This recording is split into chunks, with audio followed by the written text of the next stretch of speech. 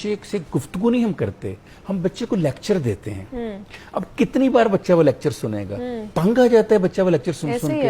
अच्छा, फिर गुफ्तगू भी जो हम करते हैं उसमें हम एक खास जगह पर बैठ जाते हैं ऊपर पेरेंट्स, और बच्चे को जमीन पे बिठा देते हैं, यानी फासला इतना कर देते हैं कि हम देखिए, मुझे वो हदीस याद आती है और मुझे बहुत खूबसूरत लगती है वो हदीस। मैं सुनाता हूँ अपने क्लिनिक में पेरेंट्स को।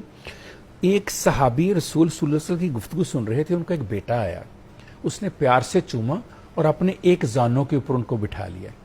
आपको बड़ा अच्छा लगा रसूल सल्लल्लाहु अलैहि वसल्लम को। थोड़ी देर में उसकी बेटी आई वहां पर, उसने उसको चूमा और साइड पे बिठा दिया। आपने अपना बोलना रोक दिया, आप जो अरशाद फरमा खामोश हुए। आपने उससे कहा कि आपने बेटी के साथ वो सलूक क्यों नहीं किया जो आपने बेटे के साथ किया, बेटी को आपने दूसरे जानों पे क्यों नहीं बिठाया। तो उसने कहा या रसूलल्लाह, मैंने समझा कि काफी। आपने कहा नहीं, ये बच्चों में जो तफावत कर रहे हो तुम, फर्क कर रहे हो, ये कल तुम्हारी जनरेशंस के अंदर चला जाएगा।